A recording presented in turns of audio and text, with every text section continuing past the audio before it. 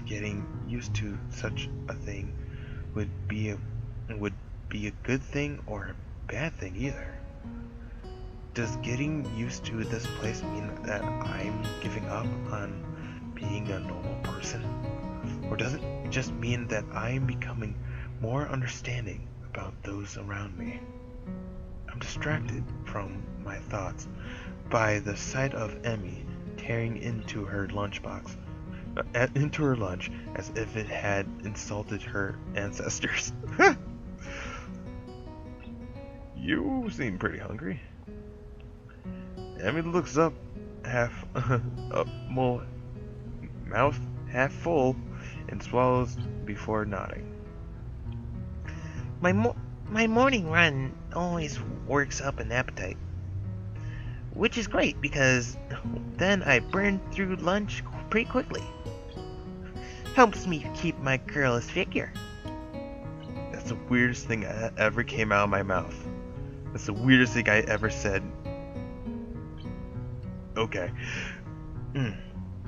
What would happen if you lose it? Would you become a man? I very nearly choke on my lunch trying not to laugh. It's a figure speech. Does your figure have to run in the mornings too? Do you always have talks like this? Talks like what? Talks like what? I think that answers my question. Never mind. So, I struggle to think of small talk, and still on the obvious question. How do you two meet? Rin seems content to let Emmy answer this question. Someone in the housing department thought we'd complement each other. Well, so we were assigned rooms next to one another. Compliment each other? Like shoes and a suit? Like shoes and a suit. Huh? Emmy giggles at my confusion. Put us together and you got all of our limbs, get it? Ah. Yeah, because she's legless, she's armless, together they form a whole person. Oh my god. If this took place in the DBZ universe, and they got like one of the fusion earrings, make, what, Remy? Or Rinme? That'd be interesting. See that. She'd be short or tall. Probably medium size. Okay, back to the task at hand. So I started helping Rin get ready in the mornings, and that was that. I mean, you can't help someone get dressed every morning and not get along. Yo, man, I fucking hate you, but I'm gonna help you get your fucking shirt on. I see. Rin chooses this moment to interject. I have trouble with shirts. Yeah, I bet. Right, that seems fairly obvious. Really? Kind of. This isn't helping, but at least Emmy seems to find the whole thing funny. That, combined with the fact that Rin is genuinely curious, makes me feel slightly better and yet confused. I mean, you've got no arms, so putting on a shirt seems like one of those things that would be difficult. You know what? I'm just gonna stop talking now. Yeah, you're probably better off doing that. It'll save me a lot of trouble in the long run. Rin nods in what I suspect is meant to be a sage manner. I see. I see. The conversation dies as if I turn my attention back to my lunch. It's really quite good. Annie finishes her lunch first and makes a condensed noise. Contented noise. That was good. As she busses herself with cleaning up her lunch, Rin speaks up. I'm thirsty. Oh, almost forgot about that. Sorry. With a flourish, she reaches into her bag and removes a trio of juice boxes. She tosses me one, appears to be cranberry juice, one to Rin, which appears to be some kind of strawberry milk, complete with a pink color scheme, and keeps a equally pink box of some kind of fruit punch for herself.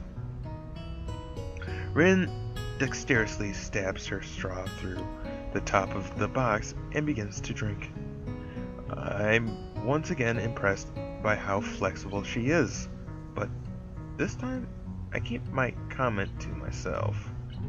Somehow I don't think either Emmy or Rin are the sorts of people to think twice about the way they work that into a particular disabilities. Rin especially so. Indeed, she gives off the impression of being entirely unaware that she's missing limbs at all. Whether or not that that's a conscious decision is another matter. I'm honestly not sure. So, how do you like it up here? It's quite nice, actually. I like high places for the view. Thanks for inviting me up here. Have fun. And for the lunch too. Emmy grins a 1,000-watt grin, pleased by my response, I suppose. No problem. Feel free to eat with us anytime too, okay? I won't make you a lunch, but you can bring your own up here. No lunch service? I don't know. Emmy looks mock offended. Trying to take advantage of my good nature? What the nerve! She giggles. Well, if that's your answer, I guess Rin and I will just keep eating lunches all alone. I'm suddenly assaulted by the most heart-rendering puppy dog eyes I've ever seen as Emmy pouts. Kidding, I was kidding. Yo, don't give me them eyes. I love to eat lunch up here again. Good location, and the company's okay too. Emmy frowns a bit at my declaration of okay, but seems happy enough that I've accepted her invitation. I guess that makes us friends now. Or at least acquaintances. The lunch bell rings, signaling the return downstairs. Rin! You didn't finish your lunch again. I wasn't that hungry. If you don't eat more, you're going to fade away. Rin shrugs as if that's an acceptable risk.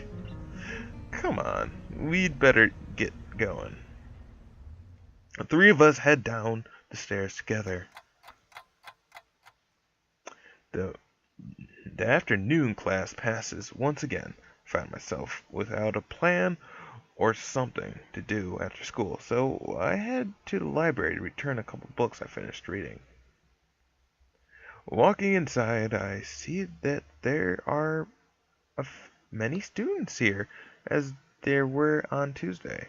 All the more evident from the almost totally silence enveloping the room. Whoa, fuck. As I drop the books I borrowed into the return slot in the counter, Yuko suddenly pops up from behind it, quite startled from the banging they just make as they hit the trolley. Oh, fucking Christ, man. The trolley next to her. Ah, sorry, Yuko. Didn't mean to startle you. No. That's fine. It happens a lot. I'm used to it by now. Can I help you? It's okay. I think I know where everything is. Thanks anyway. I suppose I'll grab another book or two while I'm here. There's not much else to do, and after reading so much during my stay in the hospital, it becomes a hard habit to break. I wandered down the fiction section towards the back of the library, scanning the bookshelves for anything that catches my eye. As I do, wait, have I read? No. Okay, still new stuff. Cool. As I do, I look over the counter where Hanako had been last time, and I was not really expecting anything to come of it. But there she is! Surprisingly, though, she's there, absorbed completely in a fairly thick book. Yeah. I decided against intruding on her like the last time and get back to finding reading material. Okay, bye. After an indiscretionable amount of time spent pursuing the aisles, I finally decided on a couple books to get and slide them off the shelf. With a minimum fuss, I quickly walk over to the computer, checking my books, and pop them into my bag as I walked out. By the time I leave the main building, sunset isn't far away. A small trickle of students remain, but the majority have left, presumably to their homes and dorms. I guess I need to buy some supplies. I can't live off of cafeteria food and eating out my entire stay here. I leave for the gate, and I make a few loud stretches to try and stave off this tiredness that accumulated over the week. Hey! What up, Lilly? After passing through the rounding of the corner, though, I see a solitary figure walking downhill towards the small town below. The color of her hair and the tapping of her cane are unmistakable. I quickly walk up to her, which seems to catch her attention without a word needed to be said. Hi, Lilly. She takes a moment to place the voice, silently adjusting her head to face a bit more towards the source of my voice as she does. Is that? Yep, that's me. She seems to have a good memory for voices. The fact that she actually remembered is a pleasant surprise. Good evening. What brings you here? Once again, she gives a small, polite bow, and once again, I reply in kind before realizing that it didn't do so. I didn't do so. Fuck. Just going to town? You? My, what a coincidence. I'm doing the same thing, eh? I usually go shopping on Fridays. She pauses for a moment, suddenly looking a little lost. That said, Hanako usually comes into town with me. Not lost, but worried. The two do seem to keep pretty close tabs on one another. It's kind of surprising that Hanako would just forget Lilly like that. I noticed her reading in the library. She's probably just got caught up in the book. She lets out a small sigh of relief. Thank you. She has a habit of doing that. Avid reader? Right. Now it's kind of flipping into British. Right. She doesn't like being around crowds of people. I knew it's more just high class, but I'm going to go back to Southern. So reading from everyone so reading away from everyone lets her relax a bit. Although she probably didn't intend it, I can't help but grimace as I recall my first meeting with her. Hardly wanting to bring it up, I remain silent as we quietly continue to walk down the quiet road. Tack, tack, tack. With the road drift of cars. Never seen that word before. And the students of Yamaku, increasingly far behind us. The quiet rustling of the leaves and the measured tapping of Lilly's cane against the sidewalk are all that can be heard. It's kind of nice, especially compared to the rustle and bustle of where I used to live. Before I know it, I've relaxed so much that the loud yawn escapes before I can control it. Tired? Yeah, I've been running ragged these past few days. That's an understatement. To be sure, that's an understatement to be sure. Transferring into a different school would be bad enough, but nothing like this.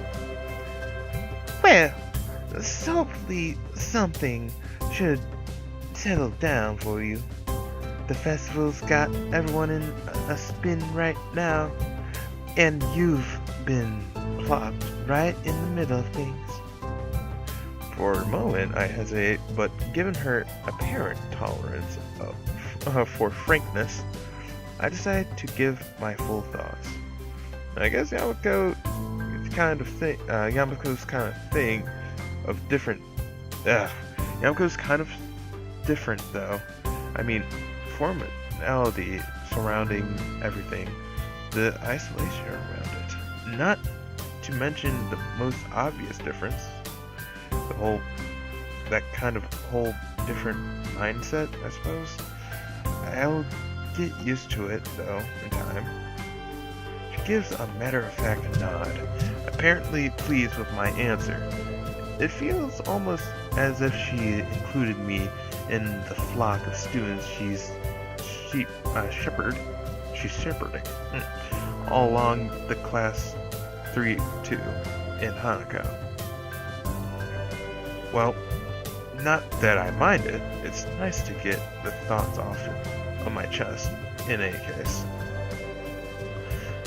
Looking around on the bright side, one could see that it has a chance for a new beginning. You should cherish the ability to make new friends. That's optimistic. Nonetheless, it's good to have a positive attitude about each thing, I suppose. I guess that's a good take on it. Walking down the road, she seems to become somewhat unsettled. Before I can ask what's on her mind, she seems to collect herself and speaks up about something else. So, where in town were you going? Actually, that's a pretty good question. I come in to buy food, but the layout of the place is totally foreign to me.